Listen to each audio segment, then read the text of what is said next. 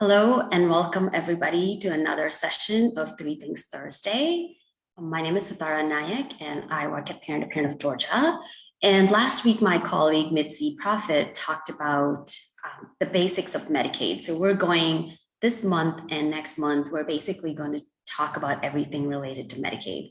So today's topic is, what is EPSDT? There you go. There's another acronym that we all have to learn. And welcome to all of you who are joining by Facebook. Good morning, and thank you for joining us this morning. So what is EPSDT? That's what we're going to talk about today.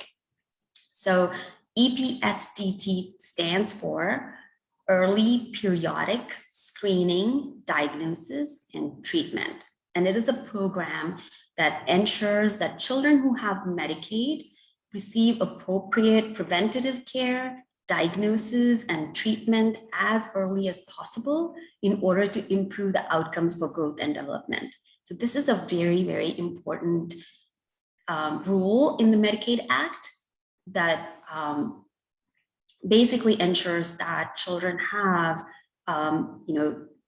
early enough they're screened, it's done periodically, and if there is any diagnosis, then referrals should be made for any kind of assessments or evaluations. And if there is need for any treatment, then those things need to happen, or Medicaid needs to cover those services. So that's what EPSDT is. So let's look at what is it that you need to know about EPSDT. So if your child has Medicaid and your child is under the age of 21, then this applies to you. So all the services, like I said before, it is part of a Medicaid Federal Act, and it is a comprehensive coverage of a child's health. That's basically what it is. As I said, it serves children birth to 21, or it's applicable to children birth to 21. So that's why if you do have a child older than 21, a young adult who has Medicaid, you would have noticed that there are some changes in the coverage of Medicaid services. This is because EPSDT no longer applies after the age of 21. So what it essentially means that all services that are considered medically necessary, so such as therapy services. So if your doctor says that your child requires 4 sessions of PT a month and 4 sessions of speech a month, then Medicaid has to cover that. If the nursing agency says that your child requires this many hours of nursing supports or requires nursing services, then Medicaid has to cover those nursing services.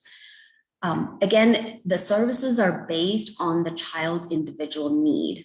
So it's not that everybody gets 2 sessions of PT, but if your child needs 6 sessions of PT, then that should be covered through Medicaid. That's what this particular act says.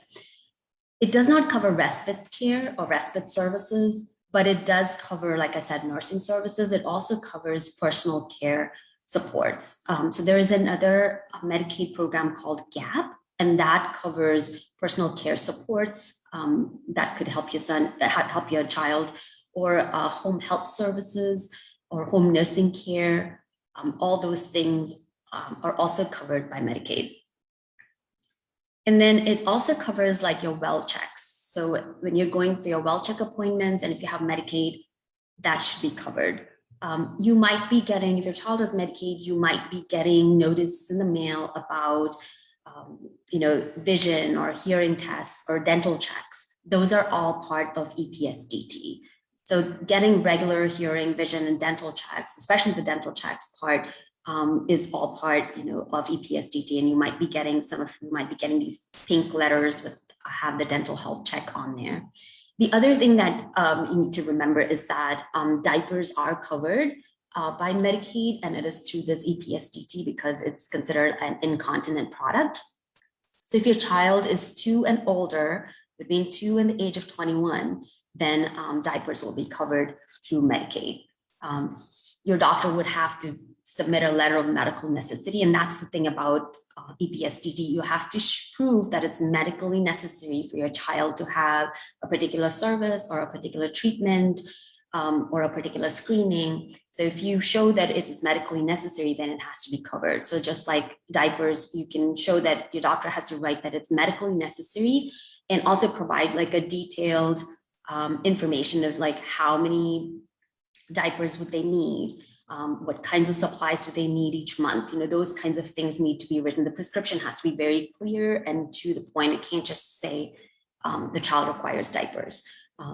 So those are some things that are covered under Georgia Medicaid because of EPSDT. So the next thing that we will hear is what happens if you get a denial? So sometimes you might get a denial in the mail. So typically even Medicaid sends you a denial, or they say we're not going to cover a certain service. You should get a letter in the mail that specifically talks about what is it that they're denying. So for instance, or they are reducing. So for instance, if your child, let's take the physical therapy example. If your child is getting physical therapy four times a month, and now Medicaid comes back and says, we're going to only cover 2 times a month. So they are kind of reducing the services and they have denied, you can appeal that denial. When you're sending in that appeal, you have to prove that it was medically necessary for your child to have 4 sessions a month instead of 2 sessions a month.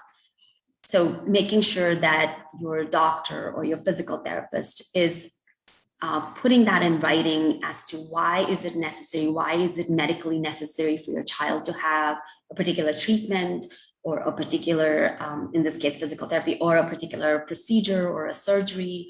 If your child requires that, and if you can show that it's medically necessary, then Medicaid typically cannot deny it. But if they deny it, then you have the right to appeal that denial. And there is a process for the appeals.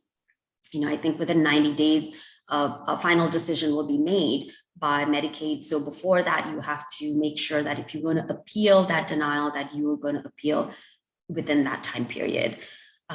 So as you can see, EPSDT is a really important Medicaid rule because it does ensure that our children have the treatments that they need.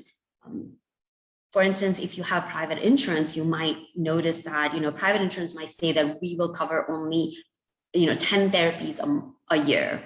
And after that, whether if it's medically necessary or not, that's all our plan covers. But Medicaid can't say that. If something is deemed medically necessary or the doctor says it is required, then Medicaid has to cover that. And if they deny it, then you do have a chance to appeal. So it is really important to understand this particular law, EPSDT, and also that is one of the reasons why there are changes when your child turns 21 and you notice that therapy services are no longer covered by Medicaid, or diapers are no longer covered by Medicaid after the age of 21. So there are several things that after the age of 21 that Medicaid will not cover. And under the age of 21, anything that is deemed medically necessary has to be covered. But after the age of 21, even if it's medically necessary, Medicaid can't deny it. So that is the difference. And that's why it's important to understand what EPSDT is. And as always, I have on Facebook, under this video, there will be a link. There's a fact sheet on EPSDT and basically essentially covers the things that I just went over in this short session. So as always, feel free to call us. This is just a little nuggets of information. It is not meant to be a full coverage of everything that EPSDT does. But continuing with our theme of Medicaid, next week, we are going to talk about types of Medicaid and just give you a brief overview of what are the different types of Medicaid.